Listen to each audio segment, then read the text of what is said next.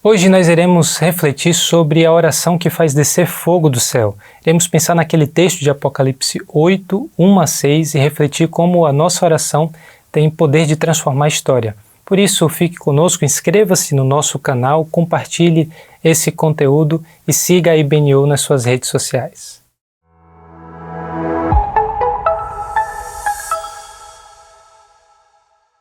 Olá a todos que têm acompanhado a nossa celebração aqui na IBNU. É um prazer ter você em mais um momento para nós refletirmos sobre a Palavra de Deus, aquilo que o Senhor nos traz como uma revelação da sua parte. E eu gostaria de pensar um pouco com você sobre um tipo de serviço muito especial que a gente tem como, na verdade, uma dádiva de Deus. Quando a gente pensa em serviço, geralmente nós imaginamos aquilo que está ao alcance da nossa mão, aquilo que a gente pode ofertar do nosso tempo, dos nossos recursos, do nosso dinheiro, da nossa atenção, mas dificilmente nós pensamos na oração como uma forma de serviço. E é confortável para a gente, até certo ponto, pensar nas formas de serviço ao nosso dispor, nas coisas mais concretas que podemos realizar, porque isso está sob nosso domínio, está sob nosso controle, está sob nossa decisão fazer, como fazer, quando fazer. Mas a Bíblia nos mostra que a oração, na verdade, é a maneira mais concreta de serviço que temos ao nosso dispor.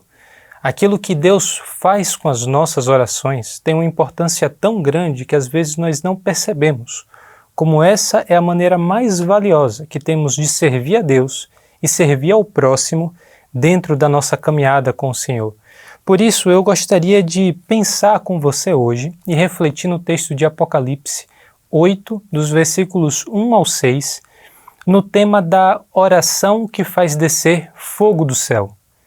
Essa é a forma como Deus usa a nossa oração, como Deus, a partir desse ato de clamor, de pedido, de agradecimento, quando nós dirigimos a Ele a nossa atenção e recebemos dele a resposta, a forma como Deus transforma a história.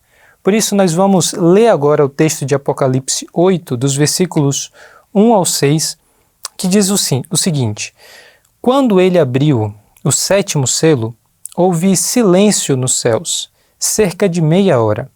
Vi os 7 anjos que se acham em pé diante de Deus. A eles foram dadas 7 trombetas. Outro anjo, que trazia um incensário de ouro, aproximou-se e se colocou em pé junto ao altar. A ele foi dado muito incenso para oferecer com as orações de todos os santos, sobre o altar de ouro diante do trono. E da mão do anjo subiu diante de Deus a fumaça do incenso com as orações dos santos. Então o anjo pegou o incensário, encheu-o com fogo do altar e lançou-o sobre a terra. E houve trovões, vozes, relâmpagos e um terremoto. Então os 7 anjos que tinham as 7 trombetas prepararam-se para tocá-la. Quando nós iniciamos a leitura do livro de Apocalipse, nós vemos 2 expressões muito importantes para a gente entender o que está se passando aqui no capítulo 8. A primeira oração, a primeira expressão, melhor dizendo, é o fato de que João estava na ilha de Patmos. O livro de Apocalipse, ele é escrito por João, que recebe uma revelação da parte de Cristo. E essa informação, logo no capítulo 1, faz toda a diferença, porque João estava em exílio. Ele estava na ilha de Patmos por conta do testemunho da palavra de Deus e da pessoa de Jesus em especial. E a segunda expressão é a que João se achava no Espírito. Então, pensando nessa condição de João que estava em exílio, a gente precisa compreender que esse não era o contexto natural de João. João era um pastor, ele acompanhava as pessoas, ele anunciava o Evangelho. João estava habituado a essa convivência próxima com seus irmãos e irmãs na fé, e agora se encontrava isolado de todas essas pessoas, isolado da sua condição mais natural, daquilo que ele poderia imaginar que eram as condições necessárias para ele realizar a obra que ele havia recebido da parte de Deus. E se você imaginar ou puder lembrar com um pouco mais de detalhes o que significa o exílio para qualquer pessoa, mas também o exílio em especial para um judeu, você vai perceber rapidamente que era muito doloroso para João estar no exílio. Não existia nenhuma penalidade ou não existia nenhuma forma de punir um judeu que fosse mais dolorosa do que o exílio, porque Deus, ao anunciar aquilo que ele desejava do povo, a aliança que ele fez com o povo de Israel, tinha como principal punição pela desobediência à lei o exílio. E agora, injustamente, João está exilado e com certeza havia à sua mente, à sua memória, tudo aquilo que não apenas ele passou pessoalmente, mas que o povo de Deus passava desde o início dessa caminhada com Deus. Estar no exílio é estar numa condição de completo isolamento e talvez pudesse ser até interpretado como abandono da parte de Deus, como separação da parte de Deus. E quando nós pensamos na forma como João foi exilado, esse quadro se agrava ainda mais, porque João foi exilado pela burocracia romana. Um poderoso determinou, falou, e João, toda a sua vida, todo o seu contexto foi transformado. João foi exilado pelo poder do Império Romano. Quando João se encontra na ilha de Patmos, aquilo que Roma está querendo comunicar não apenas a ele, mas a todos os cristãos, é que o Senhor de todo o mundo, o Senhor Todo-Poderoso, na verdade, não é Cristo, mas é César. Não é Jesus, mas sim o imperador. Então Patmos é o peso de todo o império sobre João, dizendo que quem determina a vida dele é o próprio Império Romano. Essa era a mensagem que o império queria passar para João. Mas a expressão que vem logo depois, o fato de que ele se achava no Espírito, quer dizer que João estava em oração. É o contraponto de tudo aquilo que Roma queria comunicar a João. O fato de que João se encontra em Espírito é a nossa clara compreensão no texto, é a comunicação de João para aqueles que leriam essa revelação depois, de que ele não se encontrava apenas debaixo do poder de Roma. João tinha clara consciência que o momento em que ele se coloca em oração não é um momento inútil, não é um momento de fugir da sua realidade, não é um escape de todos os desafios que ele tinha que enfrentar. João tem compreensão que a oração e a postura de oração é uma postura de resposta. E nós precisamos compreender e perceber dentro da narrativa bíblica que sempre que nós olhamos a coisa como, ou a realidade como ela de fato é, sempre que nós nos concentramos, sempre que temos clareza na nossa mente e permitimos que o Espírito fale com clareza ao nosso coração, nós oramos. O resultado de quem realmente está atento à realidade é a oração. E é isso que João está fazendo aqui. Ele está numa postura de resposta. Resposta ao exílio, resposta ao império, resposta a todas as ameaças que recaem não só sobre ele, mas sobre todo o povo de Deus. E quando João se encontra em oração, ele é então visitado por essa revelação especial da parte de Jesus. E nós percebemos que aquilo que João ora, aquilo que não só ele fala, mas aquilo que dentro da visão, todas aquelas almas que se encontram debaixo do trono de Deus ali em Apocalipse 6, tem como resposta uma ação poderosa do Senhor. E nós percebemos então que a oração funciona na expressão de um poeta chamado George Herbert como um trovão reverso. As nossas orações sobem de um jeito, às vezes completamente despercebidas, não notada por nenhuma outra pessoa, mas elas descem com grande poder. Deus ouve e responde essas orações, transformando a realidade de uma forma que não poderia ser premeditada por ninguém e que em muitos momentos nem é percebida também pelas outras pessoas, mas que faz toda a diferença. Então nós percebemos que quando João ora e ele se encontra no Espírito, a sua visão da realidade, a sua visão do mundo e a sua postura diante de todos os fatores ao seu redor são completamente transformadas. A nossa postura muda totalmente quando nós nos encontramos no Espírito, quando nós oramos. Por isso que orar é algo tão importante dentro da nossa caminhada cristã, porque diante da oração, todo o mundo se realinha, toda a nossa percepção da realidade, a nossa postura diante dos outros e diante de Deus é transformada. E aí, indo diretamente para o texto que a gente acabou de ler, a gente percebe que houve silêncio nos céus. E talvez, lendo o Apocalipse com o interesse de entender o significado de todos os símbolos, dos selos, das taças, dos cavalos, do dragão, da mulher, enfim, olhando para toda essa riqueza de imagens, para esse estímulo da imaginação que a revelação de Jesus traz a João e que o registro dessa visão traz a nós podemos perder alguns detalhes que têm muito sentido, muito significado. O fato de que se fez silêncio nos céus é um desses detalhes que particularmente passou despercebido numa primeira leitura para mim e depois refletindo com um pouco mais de cuidado, percebendo o que se queria dizer com isso, você nota que faz toda a diferença que João tenha registrado esse fato. Porque, em geral, o céu não é um lugar silencioso.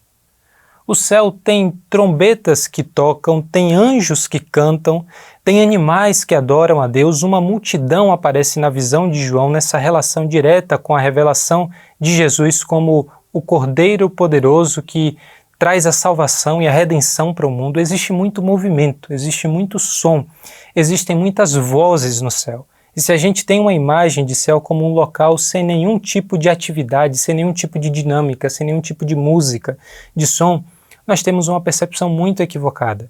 Mas aqui, no texto de Apocalipse 8, não é essa imagem que prevalece, pelo menos não nesse início da narrativa de João no capítulo 8. O que prevalece no céu é um silêncio. E esse silêncio tem alguns significados. No mínimo, a gente pode destacar dois sentidos ou duas mensagens que esse silêncio nos transmite.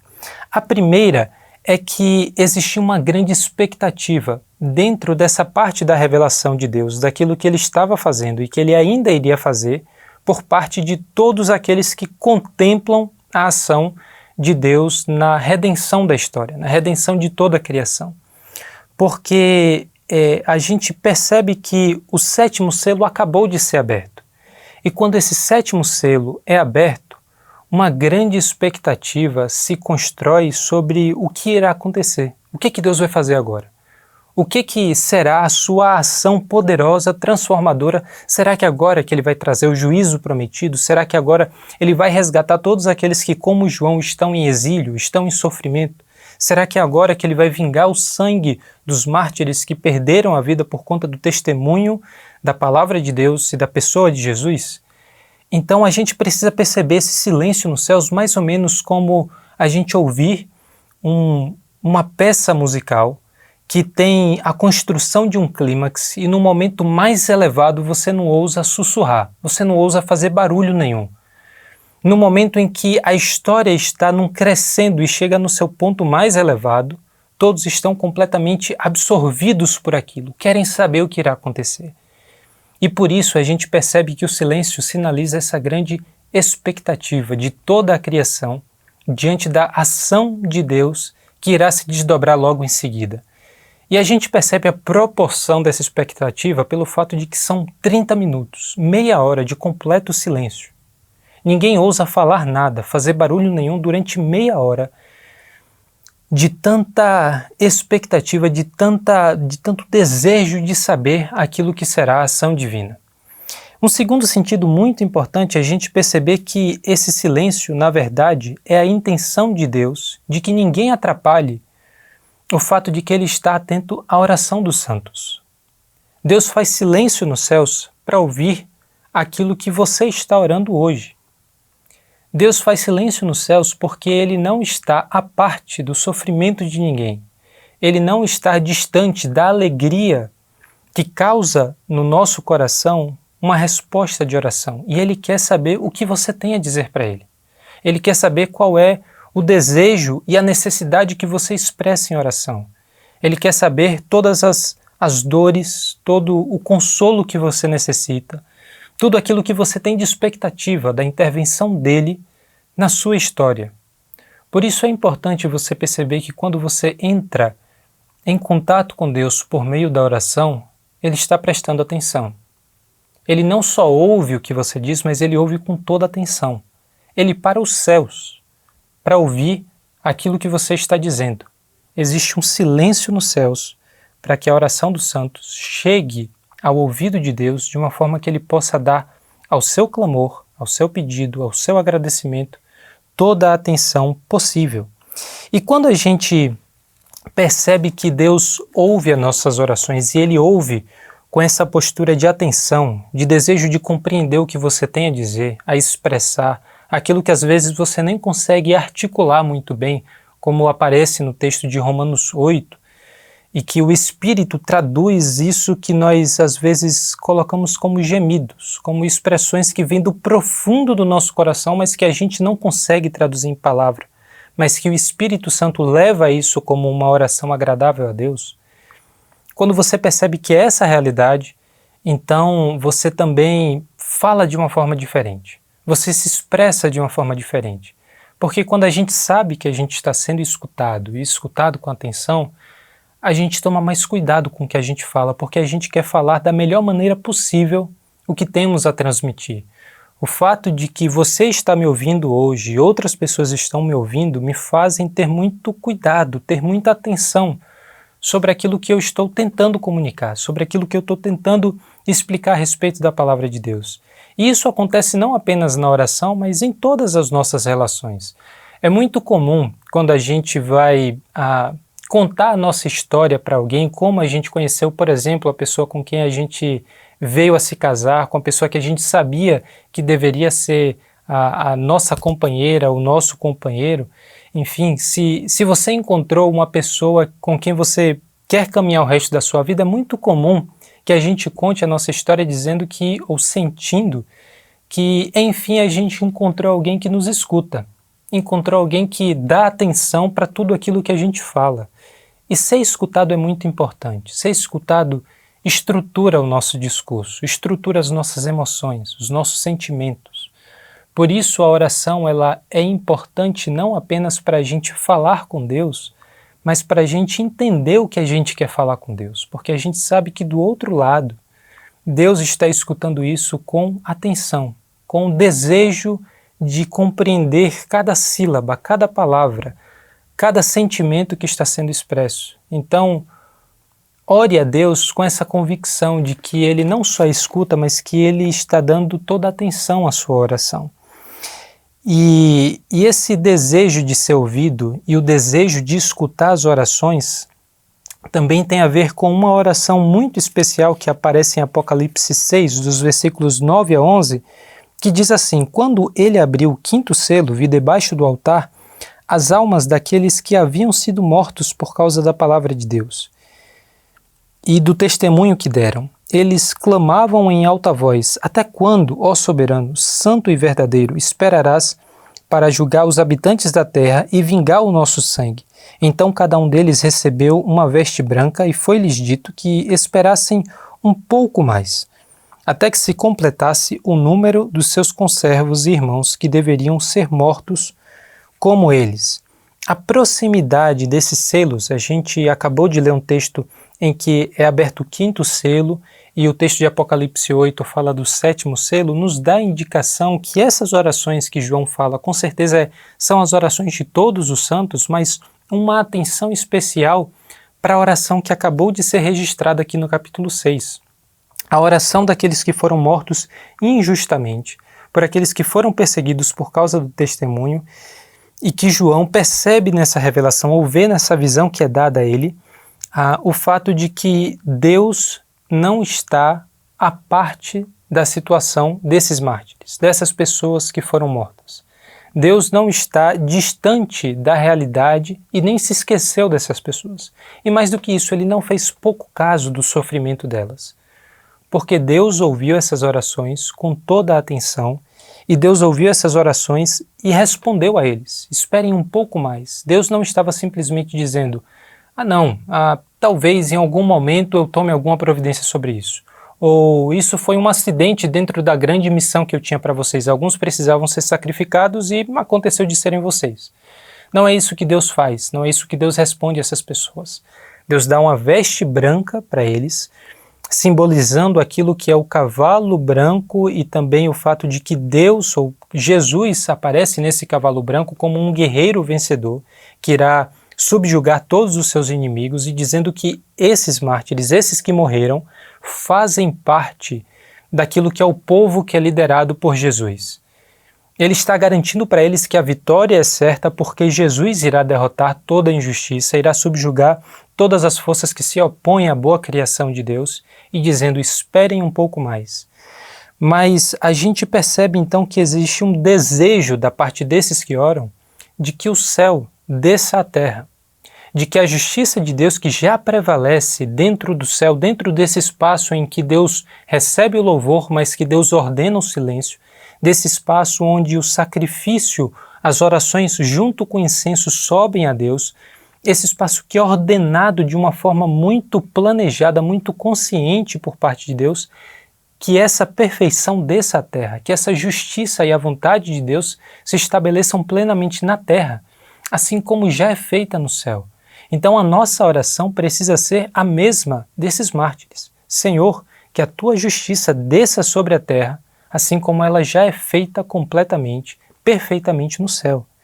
E no versículo 2, a gente percebe que logo depois do silêncio, ou ainda dentro desse momento do silêncio, João relata o seguinte: vi 7 anjos que se acham em pé diante de Deus. A eles foram dadas 7 trombetas. Deus está preparando os anjos para realizarem esse juízo que está sendo clamado pelos santos. Deus não está simplesmente esperando o momento de agir. Ele está constantemente em ação.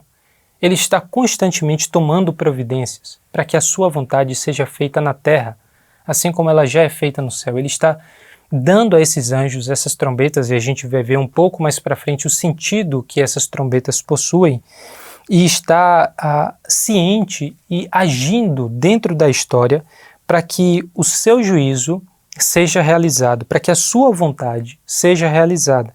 E aí nos versículos 3 e 4 aparecem elementos muito importantes. Outro anjo que trazia um incensário de ouro aproximou-se e se colocou em pé junto ao altar. A ele foi dado muito incenso para oferecer com as orações de todos os santos, sobre o altar de ouro diante do trono. A gente percebe que o incenso, não só no texto de Apocalipse, mas também nos textos que regulamentavam o sacrifício dentro do Antigo Testamento, tem um significado de purificação. O incenso era oferecido junto com as orações no sentido de purificar essas orações, muito parecido com aquilo que é a ação do próprio Espírito, que torna as nossas orações agradáveis a Deus, que torna as nossas orações apropriadas para entrar nessa presença atenta do Senhor. Aquilo que João está dizendo é que esse anjo foi designado por Deus para purificar as nossas orações, ou para oferecer junto com as nossas orações esse elemento do incenso que traz o sentido de tornar próprio, de fazer com que as nossas orações de fato possam ser escutadas por Deus.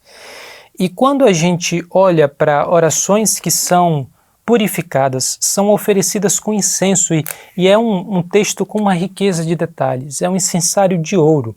Isso tudo tem um paralelo dentro da forma como eram feitos os sacrifícios no Antigo Testamento, que aparece também o incensário de ouro. Existe uma sequência de passos que devem ser seguidas dentro desse sacrifício. Depois desse sacrifício de incenso é que é feito o toque das trombetas, é que o cordeiro é sacrificado diariamente no templo. E esses elementos que aparecem aqui na visão de João nos mostram que aquilo que era feito na terra tinha um correspondente no céu. Aquilo que Deus ordenou que se fizesse na terra também estava sendo feito pelos anjos no céu. E essas coisas estavam conectadas, porque são as nossas orações que sobem junto com o incenso que é oferecido pelo anjo.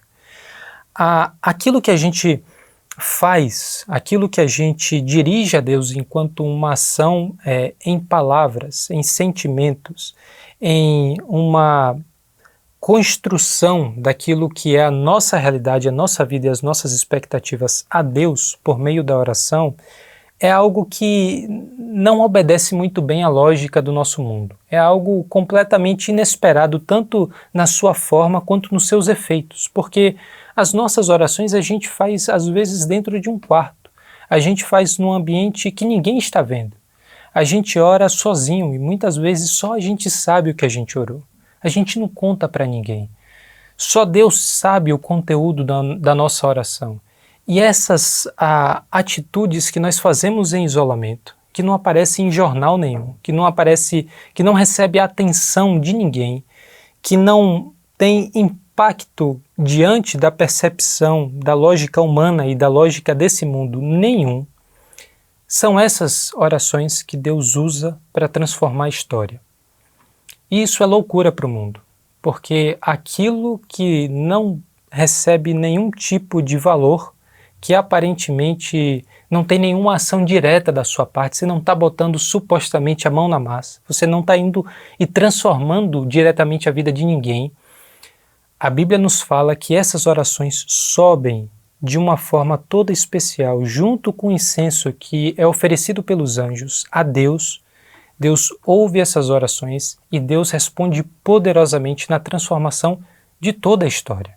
Aquilo que foi a oração daqueles mártires em Apocalipse 6 é respondida por Deus em Apocalipse 8, não transformou apenas a história deles mesmos, ou não transformará no momento que Deus consumar todo o seu juízo e cumprir completamente a expectativa de que a justiça dele venha. Isso não vai transformar a história só daquelas pessoas, isso transformou a história de João, transformou a história de todos aqueles que tiveram contato com essa revelação e transforma a nossa história hoje. Aquilo que você faz no seu quarto, sozinho ou sozinha, ora, clama e pede a Deus, tem o poder de transformar toda a história da sua vida, da sua família, do contexto em que você está e de toda a eternidade. A história não é mais a mesma a partir da oração que você faz hoje. Por isso, o serviço mais importante, mais concreto que você tem para realizar é orar, é pedir a Deus para que Ele ouça o clamor do seu povo, é pedir a Deus para que Ele faça a vontade dEle no tempo presente. Por isso, nós temos na oração um recurso de valor tão grande e de uma dinâmica tão misteriosa. Aquilo que não recebe a atenção por parte do mundo parece ser aquilo que Deus está mais interessado em receber por parte do seu povo. E a gente pode, às vezes, pensar que não é sempre que Deus nos ouve com atenção. Não é sempre que Deus está atento à nossa oração, porque tem muitas respostas que não vêm no tempo que a gente deseja. Parece que tem muitas situações que não receberam solução nenhuma. Parece que já passou, já foi, e Deus não agiu. Deus não fez aquilo que a gente precisava. Deus não fez aquilo que a gente esperava. Parece que Deus, no máximo, às vezes está procrastinando, está adiando, está fazendo corpo mole. Por algum motivo Ele não quer ouvir aquilo que a gente tem a dizer. E a revelação do Apocalipse nos mostra que não é esse o caso. Não é essa a situação de Deus em relação à oração de nenhum dos seus santos, de ninguém que faz parte do seu povo. Porque o tempo da oração, ou o tempo da resposta da oração, é o tempo da história da salvação que Deus está construindo para toda a criação. A salvação de Deus tem um nível cosmológico, Ele está trazendo uma história de salvação para todo o mundo que Ele criou. Para todas as pessoas que se arrependeram e em algum momento tiveram uma situação que precisaram clamar diante de Deus e dizer, eu não sei como resolver isso.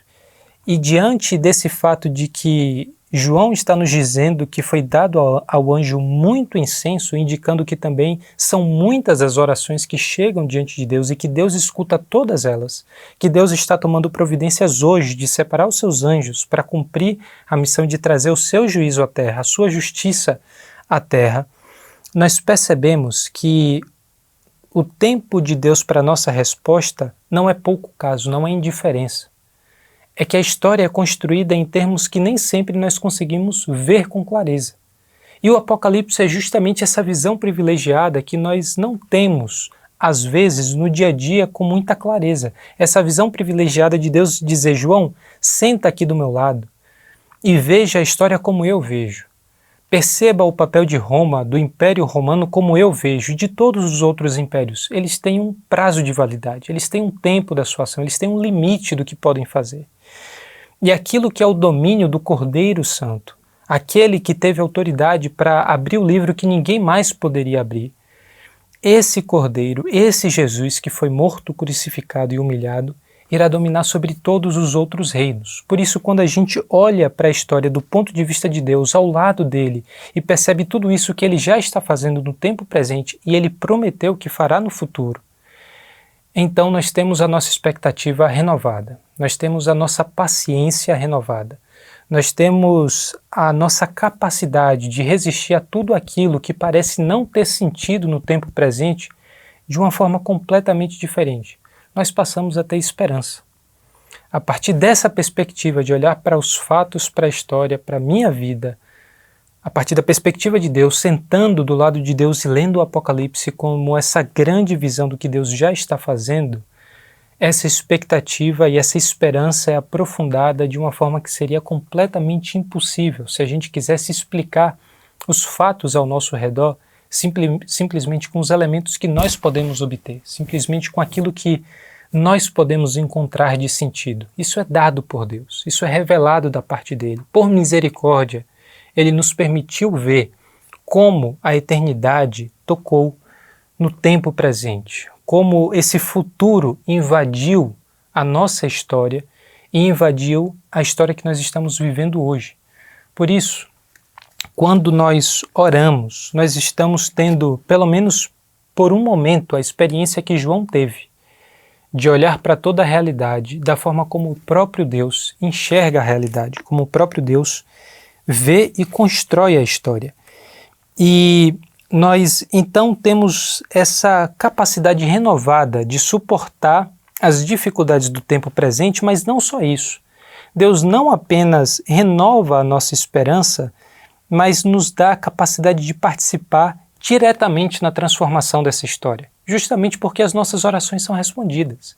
Se agora eu vejo a realidade de uma forma diferente, mas também eu vejo que as minhas orações alteram essa realidade, porque Deus é o Senhor da história e diz para onde Ele está caminhando, a história de cada um e a história do mundo todo, então eu tenho a capacidade de participar com Deus na construção dessa história de salvação.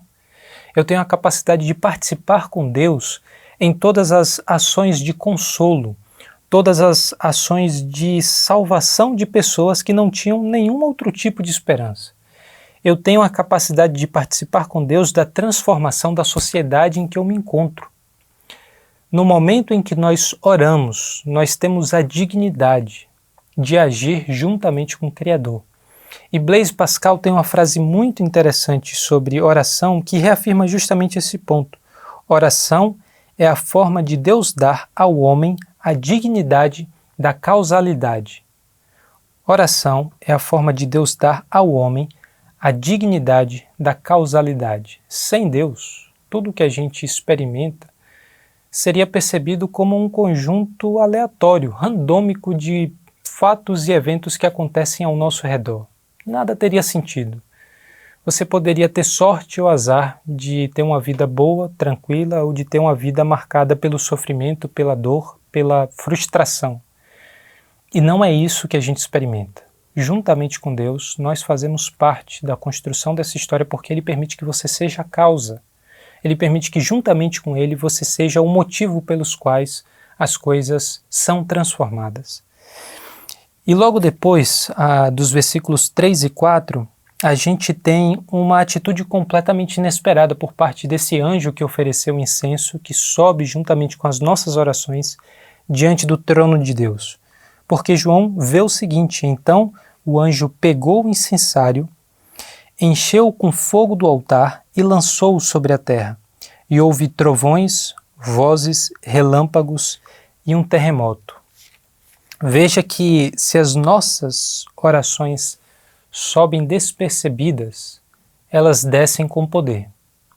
Aquilo que subiu de uma forma completamente particular, invisível para praticamente o mundo inteiro, só visível e perceptível para você e para o próprio Deus, é respondido pela parte de Deus com trovões, vozes, relâmpagos, forte terremoto.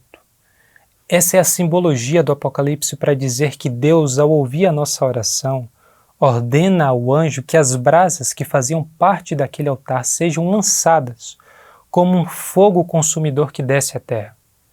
Não duvide do poder de Deus para responder às suas orações como um poder completamente avassalador, transformador. Aquilo que Deus faz com as nossas orações não poderia ser feito por nenhum esforço humano.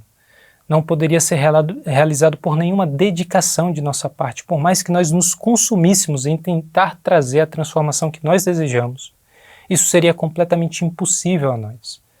Mas Deus, ao ouvir a oração, ordena ao anjo que sejam lançadas brasas e fogo do altar sobre a terra, e isso desce dessa forma completamente espetacular.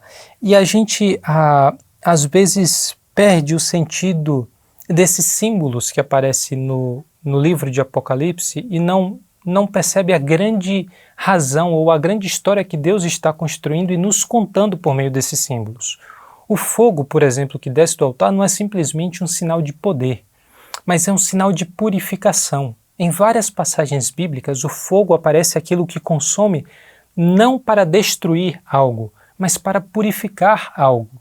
E essa ação de Deus de fazer com que fogo desça à terra é justamente a intenção de trazer essa purificação e esse juízo que era o clamor dos mártires que a gente viu em Apocalipse 6. Deus respondeu à oração deles. E quando essa oração desce sobre a terra, Deus não faz simplesmente um ato imperceptível, um ato isolado. Ele traz com grande poder um juízo sobre toda a criação. E isso certamente não passará despercebido. Se é despercebido por alguns no tempo em que nós estamos, isso não passará despercebido para ninguém no tempo futuro.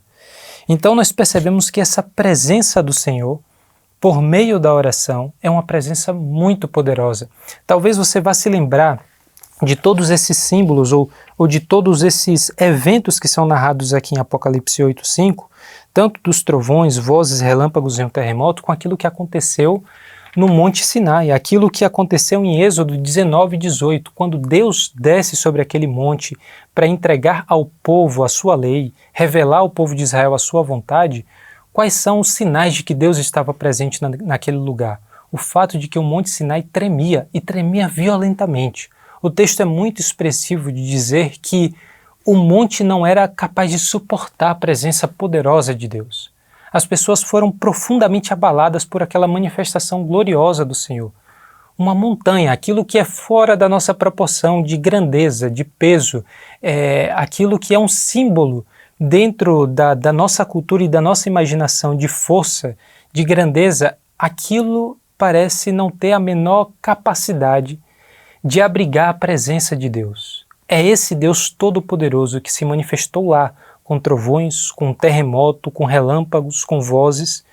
É esse Deus que se manifesta aqui em Apocalipse 5, e é esse Deus que nos garante que todas as nossas orações são lembradas, são ouvidas e serão respondidas com o mesmo poder por parte do Senhor.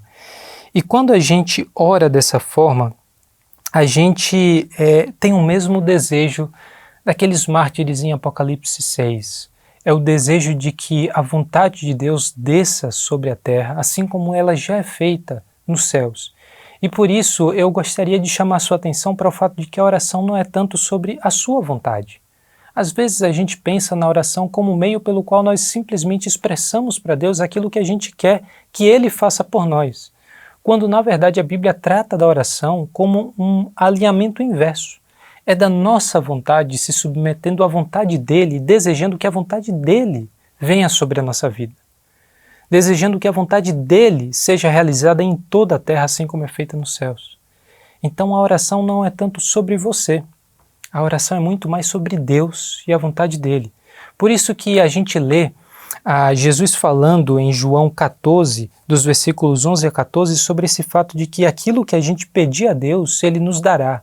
A oração certamente será respondida, porque ali Jesus está fazendo uma referência não à oração para atender a um capricho, não à oração para realizar a nossa vontade, mas a oração como uma expressão verdadeira e sincera da nossa parte de que a vontade de Deus seja a nossa vontade. Diante dessa oração, certamente, temos completa garantia de que Deus nos dará aquilo que nós estamos pedindo, porque é isso que Ele sempre desejou fazer. É essa vontade, a vontade dEle que Ele sempre desejou trazer à terra. Por isso, quando nós oramos, nós não estamos pensando tanto sobre os nossos desejos, mas pensando sobre os desejos e a vontade de Deus. E no versículo 6, então, a gente volta a perceber a ação dos anjos que receberam as trombetas, quando João diz o seguinte: então, os 7 anjos, que tinham as 7 trombetas, prepararam-se para tocá-las. E as trombetas têm vários significados, ou é um símbolo que aponta para várias utilidades dentro da Bíblia. As trombetas serviam para anunciar algo, anunciar, por exemplo, o sacrifício diário. Esse sacrifício dos incensos era seguido pelo toque das trombetas e pela oferta de um cordeiro.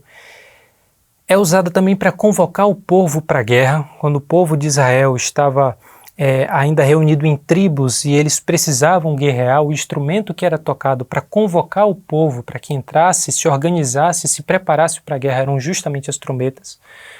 As trombetas anunciam a chegada ou a volta de Jesus, como a gente vê em Tessalonicenses, que Miguel irá tocar a trombeta e então Jesus retornará com grande poder, com grande glória.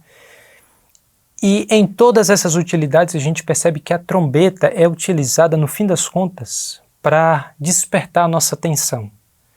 A trombeta, ela é um símbolo e ela é um instrumento utilizado para chamar o povo e convocar o povo para perceber a ação de Deus. Deus está realizando agora algo que você precisa estar atento, que você precisa se dedicar com completa atenção, da mesma forma que Ele dedicou toda a atenção para ouvir as suas orações. Agora Ele chama o seu povo para ouvir o que Ele tem a dizer, ou para participar com Ele daquilo que Ele está prestes a fazer. Por isso, a trombeta é o meio que Deus nos comunica, ou que Deus utiliza para não permitir que a gente durma no meio dessa revolução.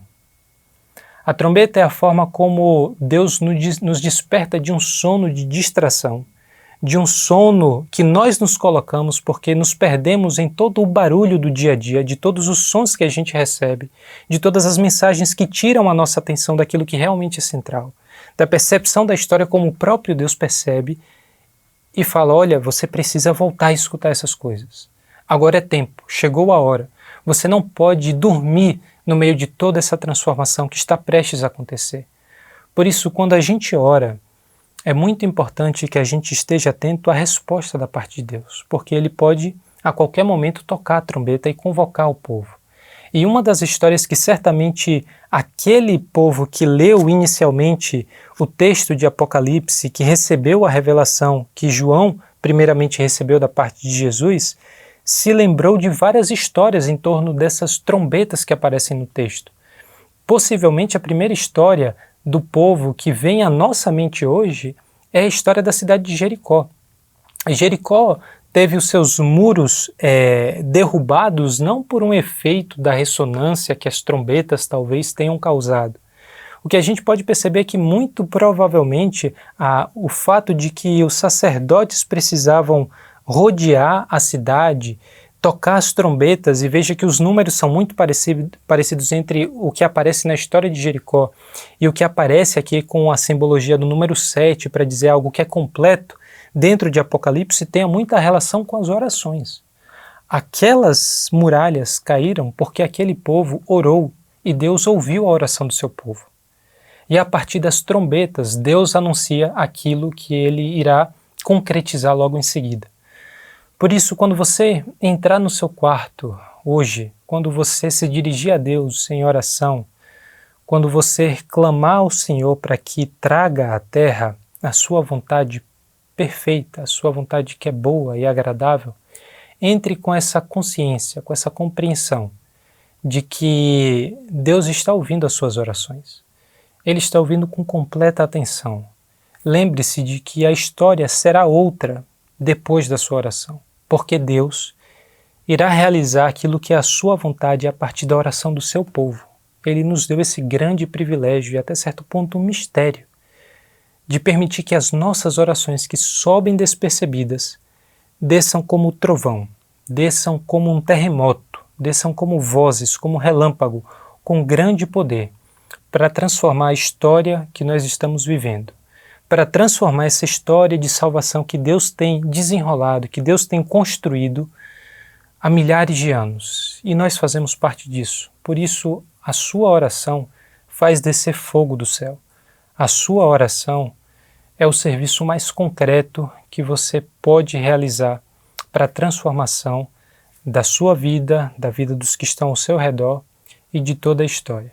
Que Deus nos abençoe.